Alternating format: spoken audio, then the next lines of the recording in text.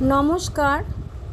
আলোর পথে এই আধ্যাত্মিক ও দিব্য জীবনের চর্চায় সকল ভক্তমণ্ডলীকে জানাই সাদর অভিনন্দন, শ্রদ্ধা ও শুভেচ্ছা। আজ প্রাচীন সাধুদের কথা এই গ্রন্থটি থেকে প্রথম খণ্ড থেকে আমি পাঠ পরিবেশন করব। আজ আমি যে মহান জীবনী নিয়ে পাঠ নিবেদন করব তিনি হলেন স্বামী ভূতেশানন্দ মহারাজ, যার পূর্ব নাম ছিল বিজয়চন্দ্র রায় এবং তার জন্ম সোমসার বাঁকুড়া। তিনি গুরুর কাছে দীক্ষা নিয়েছিলেন স্বামী শারদানন্দ মহারাজের নিকট থেকে। এবং স্বামী ভূতেশানন্দ মহারাজ রামকৃষ্ণ মিশন মঠ ও মিশনের ১২তম প্রেসিডেন্ট ছিলেন, অর্থাৎ অধ্যক্ষ ছিলেন। তিনি জন্মগ্রহণ করেন ২রা সেপ্টেম্বর ১৯০১ সালে। ২রা সেপ্টেম্বর তিনি বাঁকুড়া সোমসার গ্রামে জন্মগ্রহণ করেন। আমি প্রাচীন সাধুদের কথা থেকে তার জীবনী পাঠ করছি। মানুষ মননশীল, মনন বা চিন্তা একরকম মানুষই করতে পারে। মানব মনে অসংখ্য চিন্তা ক্রমাগত ঢেউ বা বৃত্তি রূপে উঠছে, তারপর রেখাপাত করে আবার বিলীন হয়ে যাচ্ছে। এই বৃত্তিগুলি চিত্তে স্মৃতি রূপে থেকে যায়। মানব জীবনে স্মৃতির মূল্য তুলনাহীন। মানুষের হাত পা ভাঙলে জোড়া লাগে, চোখ কান নষ্ট হলে মানুষ মরে না, কিন্তু স্মৃতিলোপ পেলে জীবন অচল হয়ে যায়। বর্তমানের বা ভবিষ্যতের স্মৃতি হয় না, অতীতেরই স্মৃতি হয়। আবার এই স্মৃতির তর বা তমও আছে, অর্থাৎ কোনো স্মৃতি হালকা, আবার কোনো স্মৃতি গভীর। আমাদের জীবনে যারা অপ্রয়োজনীয় তাদের স্মৃতি শীঘ্রই ম্লান হয়ে যায়, কিন্তু যারা আমাদের প্রাণের প্রিয় তারা আমাদের স্মৃতিপটে সদা উজ্জ্বলভাবে বিদ্যমান হয়ে থাকে। ২০ বছর আগে স্বামী ভূতেশানন্দ মহাসমাধি লাভ করেছেন, কিন্তু তার স্মৃতি এখনও বহু মানব জীবনে জীবন্ত হয়ে রয়েছে। পূজ্যপাদ স্বামী ভূতেশানন্দজির সঙ্গে পরিচয়ের পরিধি ১৯৬০ থেকে ১৯৯৮ সাল পর্যন্ত, অর্থাৎ স্বামী চেতনানন্দ মহারাজ স্বামী ভূতেশানন্দ মহারাজের জীবন স্মৃতিচারণ করছেন এবং তিনি বলছেন যে এই দীর্ঘ ৩৮ বছর তিনি, অর্থাৎ স্বামী চেতনানন্দ মহারাজ স্বামী ভূতেশানন্দ মহারাজের সঙ্গে সান্নিধ্য লাভ করেছেন। তিনি তার কথাতেই, তার তার বক্তব্যতেই তিনি এই কথাগুলো বলছেন। সেসব কথা তিনি কিছু কিছু ডায়েরিতে লিখে রেখেছিলেন। তার কয়েকটি পত্র, অর্থাৎ স্বামী ভূতেশানন্দ মহারাজের কিছু পত্র স্বামী চেতনানন্দ মহারাজের কাছে আছে। তিনি বলছেন, তার সঙ্গে আমার কথোপকথন কিছু টেপ রেকর্ডারে ধরা রয়েছে।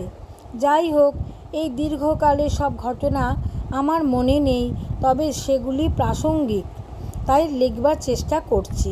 তিনি সংকলক হিসাবে তিনি লিখছেন। ১৯৬০ সালে, অর্থাৎ স্বামী চেতনানন্দ মহারাজ লিখছেন, ১৯৬০ সালে ১৪ই জুন মহারাজকে প্রথম দেখি অদ্বৈত আশ্রমে। মহারাজ রাজকোট থেকে এসেছিলেন। আমি তখন ব্রহ্মচারী। অদ্বৈত আশ্রম তখন ৪ ওয়েলিংটন লেনে। প্রতিদিন রাতে খাওয়ার পর ক্লাস হতো।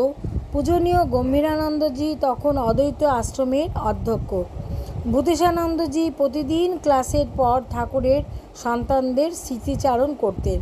কি মর্মস্পর্শী ভাষায় তাদের ত্যাগ, বৈরাগ্য ও খুঁটিনাটি ঘটনা বলতেন। আমি সংক্ষেপে সেগুলি ডায়েরিতে লিখে রাখতাম। প্রায় ৪০ বছর আগেকার ওই নোট থেকে কয়েকটি উল্লেখ করছি। স্বামী চেতনানন্দ মহারাজ বলছেন, ১৪ই জুন ১৯৬০, অদ্বৈত আশ্রম, কলকাতা। স্বামী তুরীয়ানন্দজি মহারাজ সম্পর্কে ভূতেশানন্দজি মহারাজ বলছেন, তিনি তপস্যার উপর ভীষণ জোর দিতেন। দেখলে মনে হতো যেন ব্লেজিং ফায়ার, অর্থাৎ জ্বলন্ত আগুন। ঘাড় সোজা করে বুক টান করে যখন দৃষ্টি নিক্ষেপ করতেন, তখন মনে হতো জগৎটা তার কাছে কিছু নয়, উপেক্ষার দৃষ্টি। হরি মহারাজ একদিন বলরাম মন্দিরে বললেন, ব্রাহ্মণের শরীর কেবলমাত্র তপস্যার জন্য, এ শরীরে অন্য কোনো প্রয়োজন নেই। একদিন উদ্বোধনের প্রকাশিত কোনো বইতে তোয়াং এর পরিবর্তে তৎ ছাপা হওয়ায় খুব ক্ষোভ প্রকাশ করেন। তিনি দুঃখের সঙ্গে বলতে থাকেন, লোকে বলবে এখানে কতকগুলো মূর্খের আমদানি হয়েছে। 15ই জুন 1960, অদ্বৈত আশ্রম, কলকাতা। ভূতেশানন্দজি এদিন শরৎ মহারাজের অর্থাৎ স্বামী শারদানন্দ মহারাজের হৃদয়বত্তার কথা খুব বললেন। তার মন খুব নরম ছিল, সকলকেই তিনি আশ্রয় দিতেন, সকল ব্যাপারেই সাহায্য প্রার্থীকে সাহায্য ও উৎসাহ দিতেন। মায়ের দাঁড়ি হয়ে ছিলেন উদ্বোধনে এবং সেখানেই তার শরীর ত্যাগ হয়। মহাপুরুষ মহারাজ সম্বন্ধে বললেন, অর্থাৎ স্বামী শিবানন্দ মহারাজের সম্বন্ধে বললেন। একদিন দীক্ষার পর এক মহিলা বললেন, এর নাম দীক্ষা? মহাপুরুষজি বললেন, কাল আবার এসো। পরদিন ওই মহিলাকে একটু স্পর্শ করে দেওয়ায় তার গভীর অনুভূতি হয়। আরেকদিন মহাপুরুষ মহারাজ মঠের উঠোন দিয়ে হেঁটে যাচ্ছেন, তখন একজন এসে তাকে প্রণাম করায় তিনি প্রায় পড়ে যাচ্ছিলেন। লোকটি অপ্রস্তুত। তিনি বললেন, ও কি করে জানবে? আমি কিছুই দেখছি না। তিনি সদা অন্তর্মুখ অবস্থায় থাকতেন। একদিন মঠে অন্য সম্প্রদায়ের এক সাধু রাত্রিবাস করেন। মহাপুরুষ মহারাজ তাকে ব্রহ্মজ্ঞানী বলে চিনতে পারেন এবং তিনিও মহাপুরুষজিকে ব্রহ্মজ্ঞানী বলে চিনতে পারেন। মহাপুরুষজি সঙ্গের দুর্দিনে বিপদে অবিচলিত থাকতেন। ঠাকুরের উপর কি দৃঢ় বিশ্বাস ছিল তার! ভোরে পূজারী ঘুম থেকে না ওঠায় নিজেই মঙ্গল আরতি করতে যান। তিনি পরনিন্দা পরচর্চা করতে পছন্দ করতেন না। বলতেন, তোমার কি হচ্ছে তাই দেখো। মঠের কুকুর গরুর প্রতি কি সমবেদনা!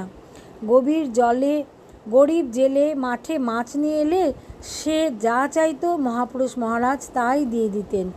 বলতেন, গরিবের প্রতি তার কি এতই অনুকম্পা ছিল! তার জন্মদিনে ছবি তুলতে এলে বলেছিলেন, নিরাকারের আবার ছবি!